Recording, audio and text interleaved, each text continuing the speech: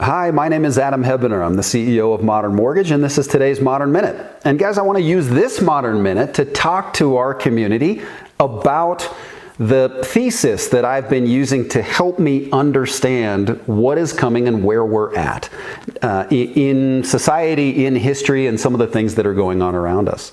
Now, even as I share this, I want to give you a quick aside, a quick disclaimer. And that disclaimer is this: I am not seeking to predict the future.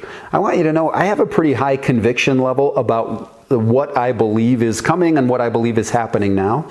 But it's not my goal in any way to try to look into the future and predict what's happening for its own sake. I think that would actually be kind of an arrogant undertaking. And I don't want to be arrogant. I want to live my life as a humble person. It's a much more joyful life. And so I want you to know it isn't my goal to say, I think this is exactly going to happen. Instead, my goal is a little bit different from that. My goal is to look back in history and ask the question, do we see repetitions, or what Mark Twain called rhymes, throughout history that might give us some clues as to things we can expect? I do think the answer to that is yes, and the thesis that I'm working from actually is something I have high conviction about. I really do believe things will play out according to at least some general principles. And whether they do or not, I think the point is to be an active decision maker, to be thinking about the things that come through your life, and to seek as much as you can to live according to wisdom. When you live according to wisdom, you're making good decisions, you're making the best possible decision, and that helps you really love the people around you better. And that's what we want to help you do. So as we think this process through, just know, again, I'm happy to be wrong on this. You might point out that I'm wrong. I hope you do. I don't care. It doesn't hurt my feelings. My identity's not tied up in this. But I do think it's helpful for thinking about what's coming. Now, when I look in the past, and not only myself, in fact, historians and philosophers and economists, all the way back even to the ancient Greeks, first kind of discovered the sort of rhythm that does tend to describe the way humans behave. Now, one of the most palpable places that we see human behavior is in economics, and so I think this does inform some of our economic expectations and economic decisions. And essentially, the thesis is the idea that we were coming to the end of a pretty long cycle. That cycle has been called all kinds of things in history, but rather than get into all of those things, let me just focus on just the economics for now. That might be most appropriate for our audience. And the economic cycle would be described as a long-term debt cycle. And when that debt cycle starts, there are certain things that we can expect to have happen. Society tends to behave in certain ways. Consumers think certain things. Banks and governments all do certain kinds of things. And that is also true through the middle and the end of these big cycles.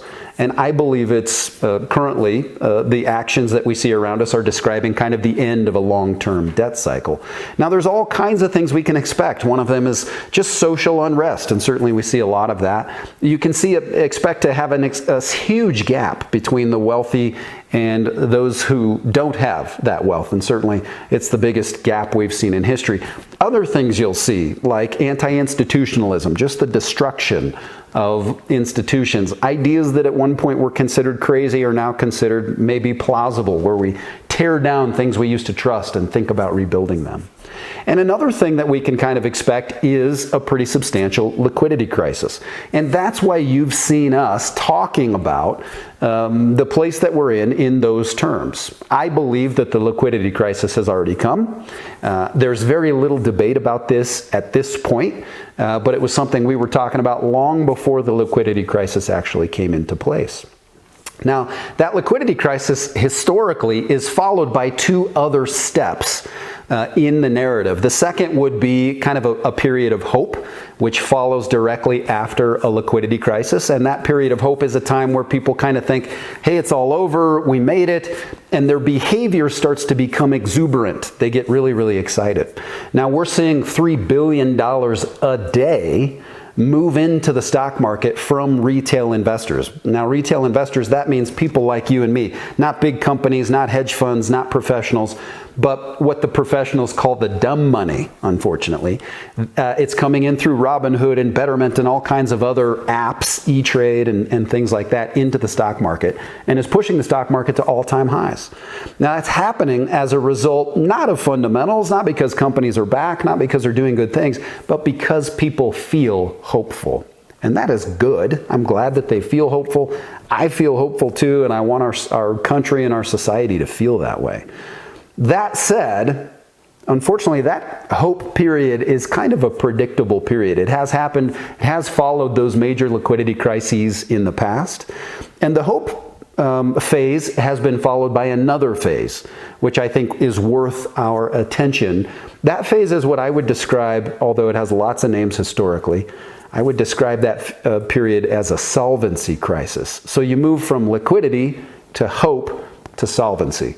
I probably don't have to work very hard to convince you that I think we've been through liquidity and are in hope, and that solvency is what comes next. Solvency is a crisis of demand. It's where people just simply won't bring demand, and it isn't something that policy can fix. So if you sell hamburgers, it's great. You can get a PPP loan and solve your liquidity problems. You can pay your bills and pay your employees for a little while. That's good, and that helps people feel good and creates hope. But unfortunately, what the Fed and the government can't do if you sell hamburgers is they can't buy a whole bunch of hamburgers from you every day. And they certainly can't do that with every hamburger company in America, or shirt company, or car company, or whatever you can think of. And so I do think that the cycle indicates that we will likely see another phase to this process. And my expectation is that phase would be a solvency phase, where there is a question of whether or not there's enough demand to keep another group layer of companies solvent in the United States.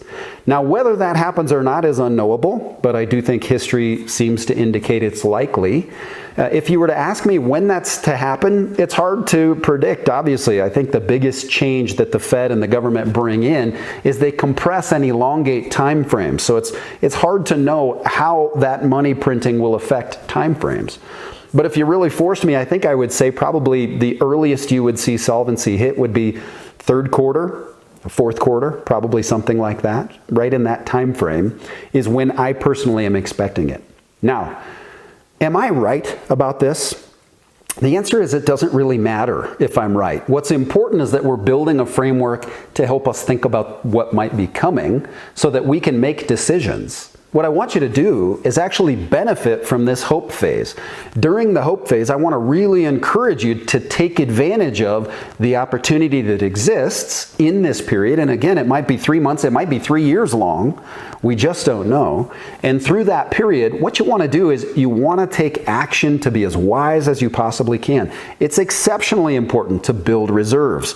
Make sure that you've got 6 months of what it takes to run your home. If you don't have 6 months, you don't have reserves. You need to get more savings in place. So make sure if that's a cash out refinance for you, cash outs are back. If that just means you're cutting out some spending or you're going to skip a couple of luxuries while you build that savings cushion, this is absolutely the time to do that. Let the liquidity crisis be the thing that taught you that having reserves will put you in a position to benefit. Now, secondly, what I would encourage you to do with regard to investment, if you already have investable funds, things like stock market, I would wait and grow those.